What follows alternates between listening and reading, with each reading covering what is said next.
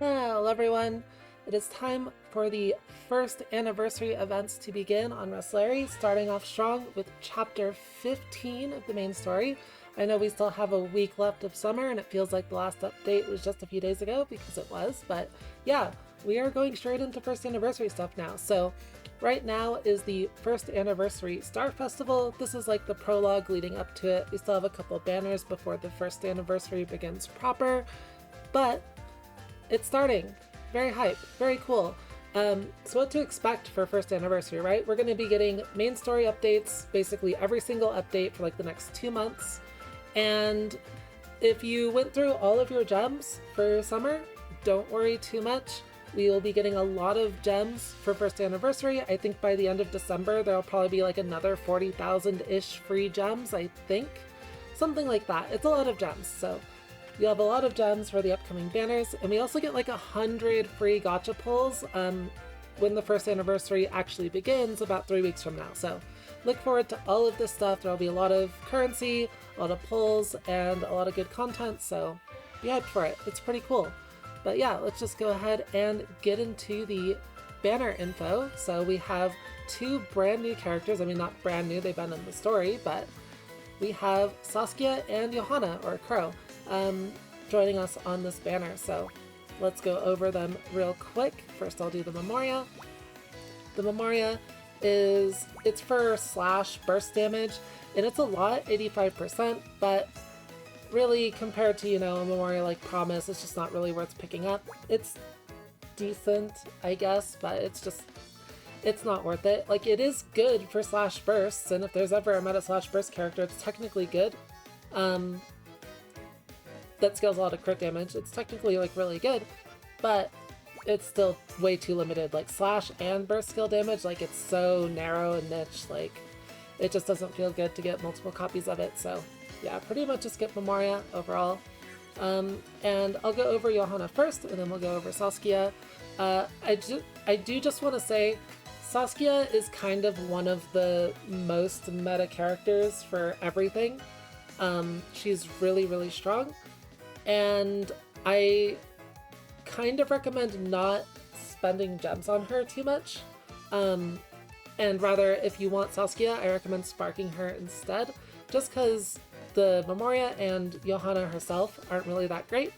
Of course, if you really want Johanna, like, obviously pull for her, right? Waifu over meta and whatever, but the next banner coming up with Sophie and Aisha is a much higher value banner. The Memoria and both characters in it are quite good, so if you want to spend a lot of gems somewhere, that's a great banner to do it, in my opinion. Whereas this banner, like, I'm personally just going to spend tickets here. If I miss Saskia, I'm resigned to sparking her, so that is what I will end up doing. But yeah, so first up we have Johanna. Johanna is a slash attacker. She's a very fast slash attacker, 280 speed, and I've talked about this before, but very fast attackers in this game are not really that great because of how much of your damage comes from buffs and debuffs with very limited durations. So even if your attacker gets multiple turns in a row, which Johanna can actually do, she has some like self speed buffs, and she can get up to like almost 500 speed and get like a lot of turns very quickly. Really only the first hit is going to do a lot of damage, and the subsequent ones will be much worse because all of her buffs and the enemy's debuffs and stuff will have fallen off. On top of that, she is a single target attacker. She's not an area attacker. Single target attackers, obviously not super great outside of tournament, and she is too fast to be good in tournament. Even in the current slash tournament that's going on in JP, I can't really find a use for her over other better attackers, so unfortunately she's a fairly mediocre character overall, which is kind of sad. She is pretty cool, but yeah, let's just go over her real quick. So like I said before, her skill 2, it's a skill amp skill. She will start with all of these skill indicators charged at the start of combat, and with the skill indicators, she will boost her physical attack and speed by 50% for 2 turns. So if you have a lot of speed on her, she can get up to like 500 speed with this buff, especially if you like received buff effect on her as well, like Layered Velvet is very, very good. And she will give herself like an evade as well. And on top of that, this skill does boost the target's damage received by 35% for the next 2 attacks, so it's not before attacking. All of this is after attacking, which is pretty annoying. So the first attack in this series of attacks that she's going to get, yeah, it's not super great, but her next attacks will have all these buffs. It's kind of okay. But her skill 2, its damage rate is pretty bad at 247%, unfortunately, so it doesn't really hit that hard. And then her burst, however, is 625% damage rate, so her burst is quite strong. 625% is very high. It's about 25% more damage than other bursts. Usually attacker bursts have a damage rate of 500%, so very strong burst here. However, this burst itself does not give her, it doesn't have any extra damage other than the high damage rate. Now the high damage rate is very, very, very good, but all it does is remove her negative effects and then create a critical panel. So it's pretty strong, but you do need to make sure like she has the buffs up and the enemy has debuffs, so you can't really use it, and like it's really awkward. She is just a little too fast for her own good, despite the burst having really good damage on it. Then her skill 1 is just some like poison stuff that no one really cares about. It does hit all enemies. If you haven't done poison floors in tower yet, it's decent for that. However, that's the only place where the poison really matters, and we have an item for that anyways, so it's not really a big deal. Her passives, this one is just to give her the charge indicators, so it's basically a wasted passive in my opinion. And then her other passive is she gets skill damage depending on her speed. So if her speed is higher than her base of 280, she gets skill damage from 0 to 100% up to 520 speed. This is, of course, additive skill damage with any other skill damage buffs that she may have. And I don't know if this scales with buff A or not. I've never tested it. So, yeah. But either way, it's not quite enough to make her super strong. She will hit decently hard, but when she has her speed buffs and all of her buffs and stuff. But she's not like super amazing because she's a single target attacker. So if this was an AoE skill, I think she would be quite solid. And then her leader skill is just poison based. Give promising teamwork characters a chance to inflict poison and boost skill damage against poison targets. This is obviously also not very good. Poison is just a gimmick. You can't use it to do actual meaningful damage to anything, so it doesn't really matter. I will say, despite being a fairly mediocre attacker, she's super cute. Her little star mark. I like her a lot. I've just never found a way to really use her, but she does do enough damage for content that wants single target attackers, so like she's not terrible. She is just perfectly mid, right? Perfectly mid is how I would describe her. But she does have a skill power gift, which is pretty nice, on colors blue and purple. I believe that means she links to Corneria, so Corneria into Johanna, into a number of purple mats like Academy Uni and other things. So if you don't have other good skill power characters like Defender, Totri, Christmas Resna, characters like that, Johanna's a really good skill power character to pick up, so that is always pretty nice. But yeah, that's it for Johanna. Let's move on to Saskia. And like I mentioned before, Saskia is one of the most meta characters in the game right now. She is an ice supporter that fits into a lot of teams. Now, why is this? One of the main reasons is that she is a Lantana character, so she fits very nicely as a really good supporter for a lot of Lantana initiative teams, like Academy Resna, for example. She's really good for setting up fast clears with Academy Resna. A lot of content can be 3-turn cleared in initiative with Saskia creating a blue panel for Academy Resna, then you use items and Academy Resna attacks and does like 3 million damage or whatever. So Saskia's really good on Academy Resna initiative, she's really good on Mika initiative, and she's really good on just any like Lantana initiative teams in general. And then for tournament, she's also very strong. She goes on basically like almost every team for Awakened Resna in tournament, and we'll go over why that is as well when we go over her skills. So why is Saskia so dang broken to be used basically everywhere? And the reason for that is for tournament specifically, it's her skill 1. But even for non-tournament content, her skill 1 is still really crazy. After attacking, restores item gauge by 10% and boosts all allies' critical damage by 20% for 2 turns. Now this skill 1 is honestly better than the skill 2 of any other supporter in the game for damage. It's absolutely crazy as a skill 1. It's completely over budget. You have characters like Liddy is a good gold standard, Flock as well, I guess. Flock's skill 2, it heals and gives 20% crit damage that caps at 50%, and that's permanent, but it caps at 50%, right? And Liddy gives 20% skill damage, but it's for 1 turn. So this is 20% crit damage for 2 turns. It's absolutely crazy. And what ends up happening in tournament a lot of the time with damage buffet and all the received buff effect is Saskia alone ends up providing like 300% crit damage just off of spamming the skill. And she also gives you a bunch of item gauge, making it easier to stack more item uses, right? So really, really incredibly strong skill here. It cannot be understated how overpowered her skill 1 is. It's absolutely crazy. And yeah, you just get so much out of it. Next up is her skill 2, and her skill 2 is a bit worse, but it's still really good. It's just for different situations. So it does a lot of things. It restores item gauge, which is really nice for setting up fast kills in initiative teams. It boosts all allies' magic attack by a bit, so 9%. This is permanent, it stacks up to 27%. And on the next turn, it will create a boost plus panel. So that is a, plus enhanced blue panel.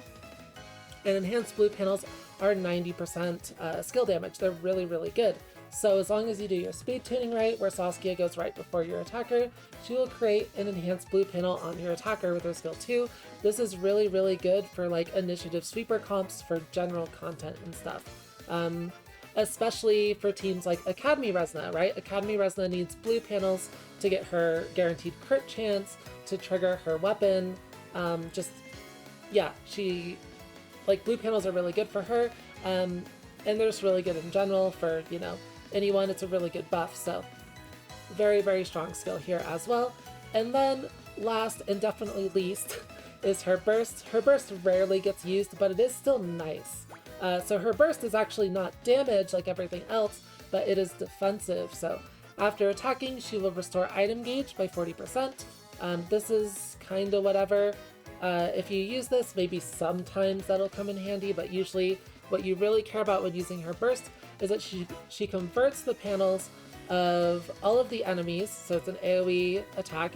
She converts the panel of all the enemies to weaken plus panels, so enhanced red panels, and they will lower the enemy damage by 60%. So very, very solid burst here defensively. One of the stronger defensive bursts in the game that's not on a defender.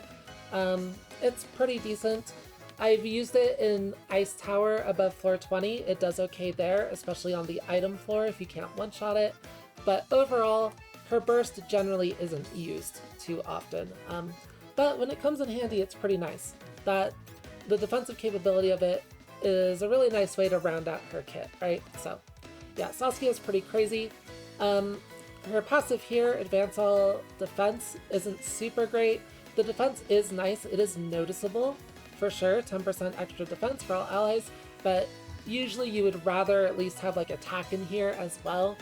They only gave her defense, probably because they knew she was super OP already, so she doesn't really need more. Then her other passive skill is kind of niche, but it's not to be underestimated.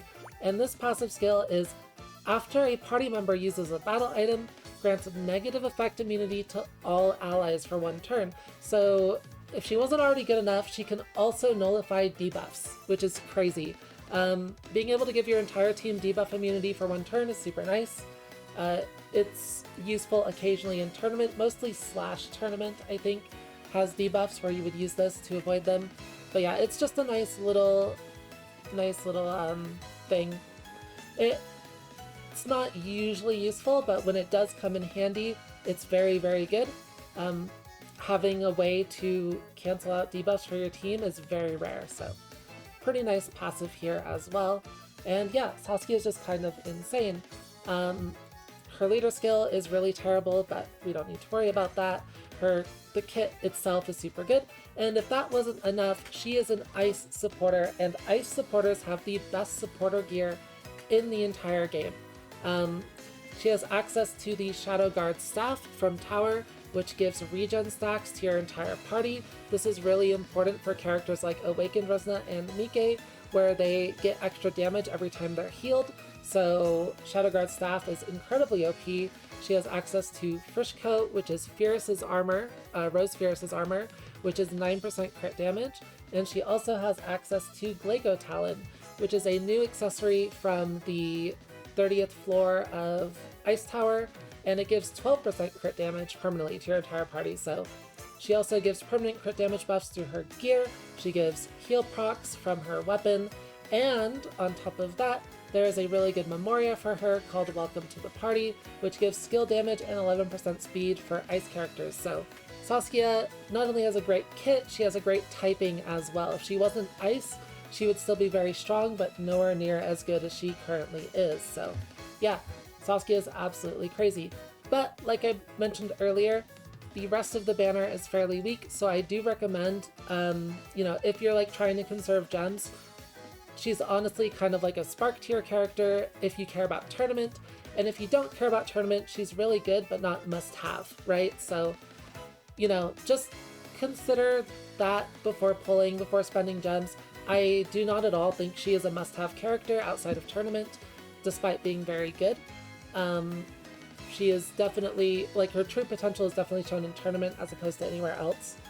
And overall, the banner is fairly weak, like Johanna and the Memoria, not that great. So yeah, I'm personally just going to do tickets here, and I will end up sparking her if I don't get her. So hopefully that goes well. Next up, we can just look at the recipes real quick. So none of these recipes are really worth talking about. We have the Moonlight Twin Stars, the weapon for Johanna. Its debuff effect, this is just going to be worse than a good tower weapon or something like that. The debuff effect is not as strong on Johanna as like 20% skill damage from a proper tower weapon, so yeah, wouldn't really use this. Then we have the Phantom Suit, which is kind of nice. It's 20% chance to evade when receiving a counterattack, but Slash has access to Layered Velvet, which is just going to be a lot stronger. That received buff effect is the strongest stat in the game.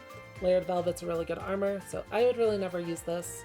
Then we have the accessory, which is just burst skill damage for Slash attackers. It's worse than Origin Necklace unless you really want the higher speed, so this is kind of obsolete as well. Johanna doesn't really need that extra speed, right? And then we have Saskia's gear, the Icicle Fan. Like I mentioned earlier, Saskia has really good gear, but it's not any of this stuff. So we have the Icicle Fan, which is pretty bad, reduces all allies damage by a measly 2% for ice supporters. Then we have the Armor, which is boost allies effects received from boost panels by 9%. This is actually not completely terrible on Saskia, because she does create that enhanced boost panel.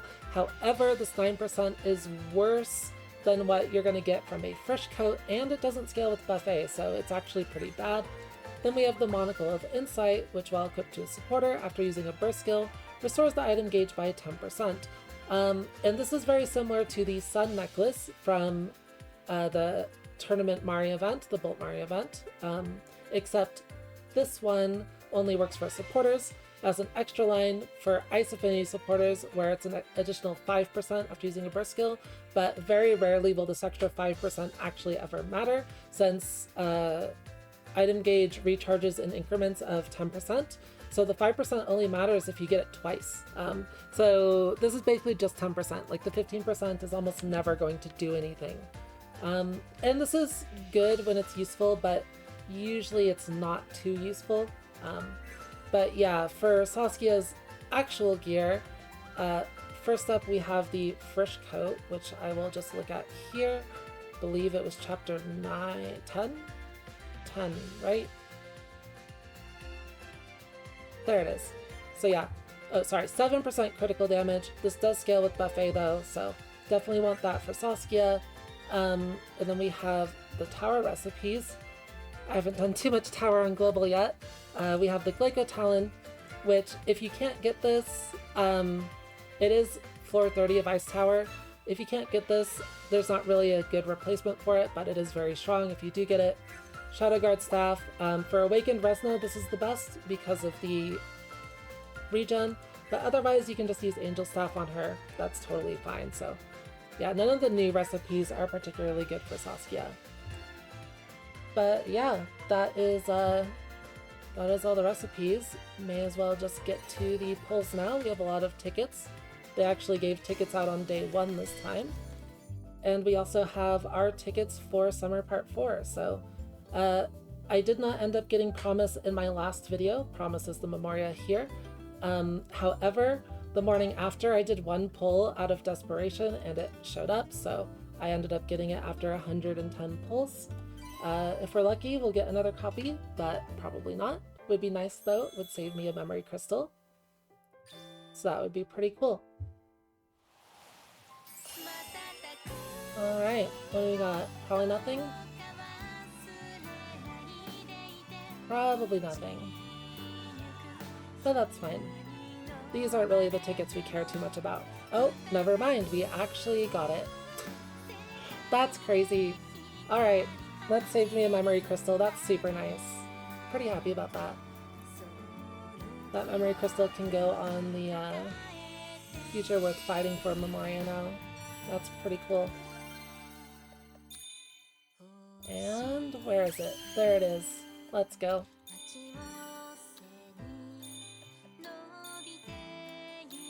Let's just go ahead and merge those right now even. That's pretty awesome. I did, just in case this possibility happened, after I pulled the Memoria the other day, I put 3 memory crystals into it and not 4, so it's at rank 4. And I'm glad I did that. And let's go ahead and get it to rank 5. Look at that beautiful 100% crit damage. And unlock. Let's go. Very cool. Alright, time for the rest of the tickets. Hopefully we did not just waste our luck, but honestly that's not a bad thing. Saving a memory crystal is pretty good, I think, so. Whoops, that is not how you select a focus character. Featured. And we are, of course, going to pick Saskia here. And confirm. So we have 30 tickets. Let's pray. It would be nice to pick her up here so that I don't have to use, oh, 2 winks. Could be good. If I end up not getting her or Sophie or Awakened Resna, my spark currency is going to be in a pretty bad state. Ooh, very nice. Probably not going to upgrade to a pickup here, but it could always shock me. But we do have some sort of character coming in. Hopefully a new one, but you never know.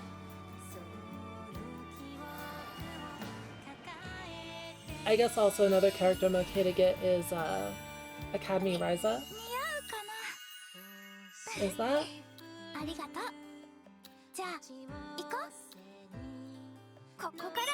Oh, it's Sarah. Nice. Sarah's pretty cute. She's not that useful, but she's pretty cute. Not bad. She's also super useful in Fire Tower above floor 20, so definitely a decent pickup, honestly. There's not too many characters that I'm currently missing that I'm like, yeah, I really want this character, so. Pretty cool. Alright, next set of tickets. I also don't have her on JP. I always like it when I get new characters that I don't have on either account, so.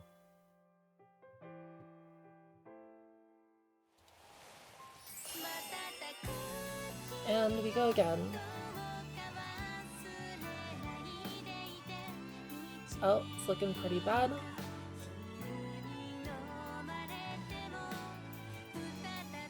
Yep, looking pretty abysmal. Usually after this point it's like always doomed.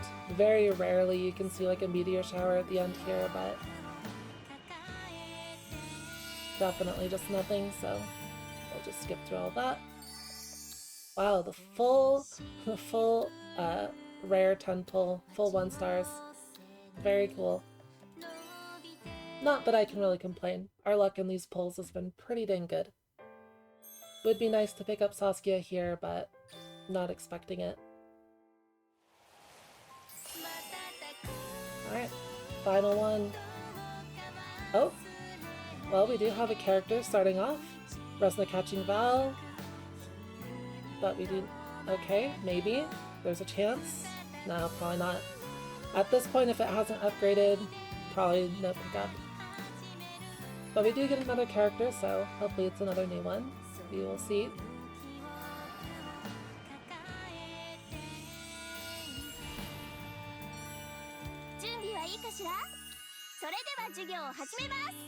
Yeah? Lily, huh? I don't believe she's new. I never use her, so I don't remember, but I'm pretty sure I do have her.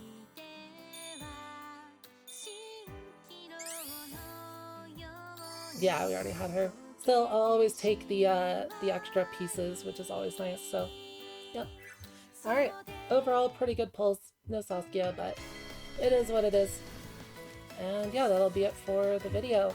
I hope you all enjoy chapter 15 of the story.